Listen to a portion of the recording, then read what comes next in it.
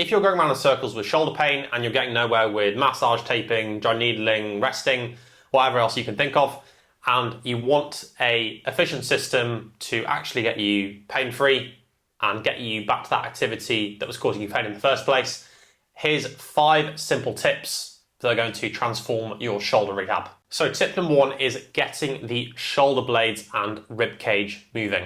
A lot of people who've got shoulder pain have got an issue with posture. They've got a belief that a good posture is having your shoulder blades down and back all the time and you should be sat upright all the time.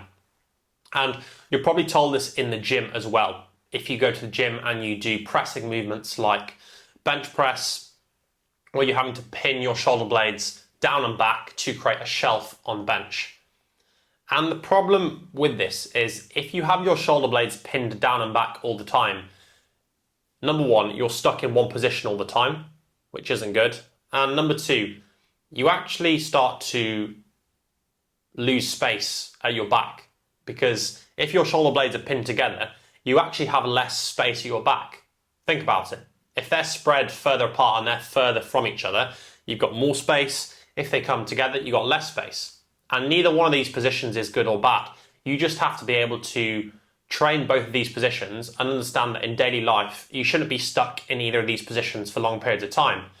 Slouching is okay, rolling your shoulder blades forward is okay, and creating space is okay, and also having them pinned back sometimes is okay. But the problems come when people are in one position for a long period of time, either bolt upright or either slouch forward. But more commonly nowadays, it seems to be bolt upright and shoulders down and back. So what we do is we use an exercise to create some space at the back of the rib cage, create some space between the shoulder blades, and this will open up a lot of movement at your shoulder and get everything feeling a lot better. So for this exercise, all you're going to do is get onto all fours, and from here, palms down into the floor, and you're going to push into the floor, so your shoulder blades are going to protract or roll forward slightly. From here, you'll have a small amount of rounding or curve in your mid and upper back. And all I want you to do from this position is inhale very gently through your nose and then exhale gently through your mouth. What I mean by gently is it's not sudden and you shouldn't really be able to hear it. And just run through 3, 4, 5, 6 breaths of this. Another quick thing to mention is just the position of your pelvis. You don't want to have your bum sticking up into the sky, and oppositely, you don't want to be fully tucked under. You just want to be in a nice neutral position, so you've got a neutral spine and your lower back is nice and relaxed. Go through 2, 3, 4 sets of this, and as you're breathing in, I want you to think about putting all that air into the back of your ribs and creating space between the shoulder blades. I don't want you to dump the air into your chest or your belly. Think about inhale, okay, this air is filling up the back of my ribs, I'm creating a bit more space between the shoulder blades. As you go through the sets, you'll feel that your back is getting wider and wider, and you're getting more of a curve through your thoracic spine or mid-back, which is what we want to create some space there. Number 2 is the spine. Now this is really, really overlooked, but if the spine doesn't move well, then the shoulders will take a lot of the slack. And this is simply the case in a lot of gym-based movements again, where we don't move our spine at all. And if you played sports when you were younger, something like football, rugby, running, something where you change direction and you're actually using your spine quite a lot because you were rotating and being in awkward and different positions. And then you go into the gym and all you do is move up and down when you're bench pressing, deadlifting, squatting, and your spine doesn't move. That's when issues can occur. And you probably haven't thought about it like that before. So very simply, we just need to get the spine moving. And a simple exercise to do this is this standing side-to-side wall rotation. Standing straight on, feet stay planted, and you can use a light, a weight, or a med ball as I'm doing, and you're simply going to rotate and tap the ball or weight either side, and you'll feel a nice opening sensation at your mid and upper back. To make this more challenging, simply reach further away from you as you're rotating.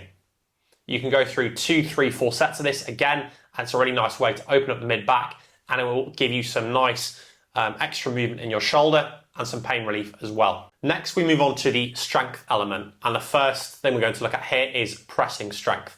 So a lot of people, when they get shoulder pain, they struggle to do either bench press or pressing overhead with a dumbbell. So an easy way to continue pressing and maintain some shoulder strength is to start on the floor. This alternating floor press is a great option for this. set it as shown, and you're simply going to use a dumbbell or a kettlebell, whichever is most comfortable, and then just alternate pressing in this fashion. I would go for 8 to 10 reps on each side, 3 to 4 sets. If you're getting a little bit of pain, just decrease the weight. Or a lot of people find that when they swap to a kettlebell, that grip can be a bit more comfortable than a dumbbell because it just sits a bit nicer into your wrist and puts a bit less pressure on the shoulder. Next, we've got pulling strength. Most people don't get pain with this, but most people aren't training this enough or training heavy enough. So a good option for this is a single arm dumbbell row. So I don't want you to be too strict with this form. So you'll notice with me, as I'm going into that bottom portion of the row, I'm relaxing my shoulder and I'm letting it roll forward and protract. And then as I'm rowing up, I'm coming all the way up, my shoulder blade is coming together close to the other one, but then on the bottom, I'm really relaxing. So really overemphasize that bottom portion and don't be too strict with it because the body is designed to rotate and be in slightly different positions. When we're doing that, we're getting the shoulder blade moving and we're getting the spine moving as well, which is actually a good thing. Go for 3 to 4 sets of 8 to 10 reps on each side and make this challenging, and you can load this quite heavy because it's unlikely to give you any shoulder pain. Lastly, we have rotator cuff strength. These are really small muscles and that's why it shouldn't be a major part of your rehab. You should be focusing on the big players with your mobility, which we touched upon already, and your pressing and pulling strength. But these are like an added extra that will give you a little bit more pain relief. So we want to work on improving your internal rotation, which is this movement, and your external rotation, which is this movement. And doing both those movements will train all the rotator cuff muscles. So for internal rotation, you're just going to lie on your back in this position, arm at 90 degrees, and you're going to hold a weight at about this 45-degree angle.